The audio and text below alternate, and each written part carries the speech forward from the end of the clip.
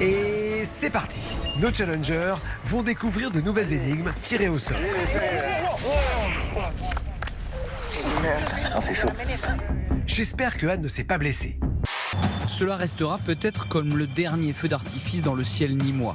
Le 14 juillet 2022, le traditionnel spectacle pyrotechnique ravissait les yeux des spectateurs, mais cette année, la mairie a décidé de tourner la page. Dans 3 jours, 200 drones offriront un show à 22h30 dans le jardin de la Fontaine. On n'a même pas eu le temps de s'ambiancer là-dessus. C'est bon pour le moral. C'est bon pour le moral. C'est bon pour le moral. C'est bon pour le moral.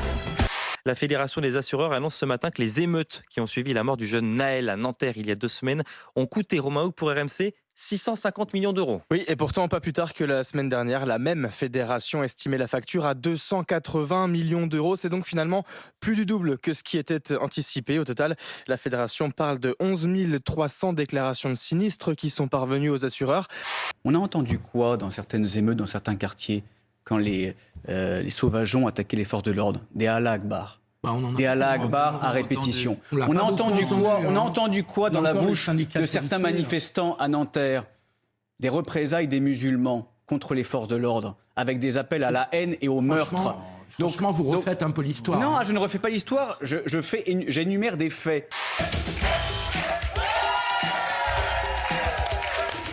Ici, on a une liberté totale de parole et c'est pour ça, c'est la force de cette émission et c'est pour ça que cette émission est géniale. Je suis pas sûr que sur le service public, on aurait la même liberté. Jamais. Ben voilà les deux conceptions qui sont différentes. Voilà. Les grandes gueules font du bien à la démocratie. Le France Télévisions, parfois, j'ai de gros doutes. Je partage totalement. Tu veux dire quelque chose à la télé? Non. Tu veux dire bonjour à quelqu'un? Non. Tu veux changer une loi dans le pays? Non. Est-ce que tu aimerais que les enfants aient le droit de manger autant de bonbons qu'ils veulent? Non. Elle est géniale. Olivier Labbé, chauffeur à son compte, est privé de son outil de travail depuis 12 jours. Il reste que la carcasse, les structures des sièges, même le réservoir ici, il n'y a plus rien. Sur ces images amateurs, l'incendie volontaire qui a carbonisé son autocar la nuit du 29 juin. Son assurance va bien prendre en charge le préjudice et son crédit, mais c'est insuffisant selon lui pour racheter un véhicule. Il doit en plus s'acquitter d'une franchise de 6 000 euros. Je rappelle son hommage critique des égarements macronistes. Mediapart ne peut être suspect de complaisance envers Pape Ndiaye. Mais ici, il ne fait qu'énoncer une vérité d'évidence. Les attaques qu'il subit depuis, non dénuées de racisme, le confirment. Son audace solitaire doit être saluée. Voilà ce que pense le pape de la liberté de la presse lorsqu'un ministre attaque 2 rédactions, Europe 1 et CNews. Un atterrissage en douceur. À nouveau, le bois des forêts françaises trône au sommet de Notre-Dame. La croisière a été brève. Depuis Ivry-sur-Seine, en proche banlieue, les premiers éléments de charpente ont fait route vers la cathédrale par le chemin le plus direct. Nous utilisons des moyens de transport à notre disposition. Celui-ci est parfait. D'abord, il est écologique. La polémique Isia Higelin prend de l'ampleur. Le concert de la chanteuse prévu jeudi soir prochain à Marcq-en-Barœul dans le Nord a été annulé. Une enquête est également ouverte pour provocation à commettre un crime ou un délit après une diatribe hostile à Emmanuel Macron qu'elle a prononcée en concert. À La Rochelle, pour le festival des Francopholies, le maire a demandé des garanties à la chanteuse. Moi, ce que je ne souhaite pas, c'est qu'à La Rochelle, on tienne des discours de haine. C'est insupportable qu'il n'y ait pas question à La Rochelle de tenir de tels propos. Pour moi, si elle ne recommence pas, l'incident est clos. Dans Ouest France, la chanteuse Isia réagit. Affirme que ses propos ont été mal interprétés et décontextualisés. Elle affirme n'avoir à aucun moment voulu inciter à la violence ou à la haine. Ricky Valérie Colle, 22 ans, est devenue la première femme trans à devenir Miss Pays-Bas. Entre les messages de haine et les témoignages de soutien, elle a décidé de faire de sa victoire un message d'amour. Love is love. Be who you wanna be.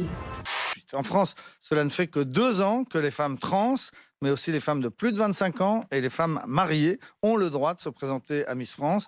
L'année dernière, une jeune femme trans avait été première dauphine de Miss Paris, mais elle ne s'était pas qualifiée pour la finale nationale. Cette année, c'est en Isère qu'une femme trans de 33 ans s'est présentée sans parvenir non plus à se qualifier. Car notre équipe s'apprête à prélever des échantillons dans des zones encore inexplorées. il me reste à déterminer le rôle de mon amie Yi. Elle est l'une des 95 Chinois de l'équipe. 91 hommes, 4 femmes et moi. Le paradis, non ? Avant ça, on pouvait divorcer, mais uniquement s'il y avait faute. Et c'était quand même un sujet tabou. Avec le divorce par consentement mutuel, Valéry Giscard d'Estaing offre une vraie avancée. Et voici ce qu'en pensent les premiers concernés.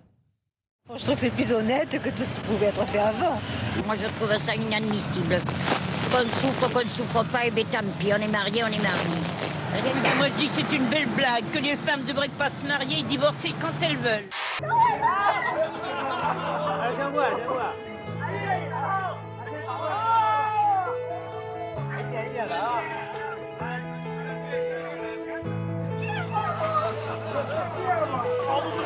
Il y a un bateau là-bas. Allez. Non, par là. Oh! Regarde le bateau, Jessica, avec les cheminées rouges. Quoi? C'est Titanic, là-bas. Mais je m'en fous, Titanic, on part par là. On ira après de l'autre côté. Oui, nous sommes 25. Oui, 10 là c'est bien, mais 24, 25 comme ça là, c'est très risquant. Avec la route là, c'est très risquant. Et il ne croit pas si bien dire.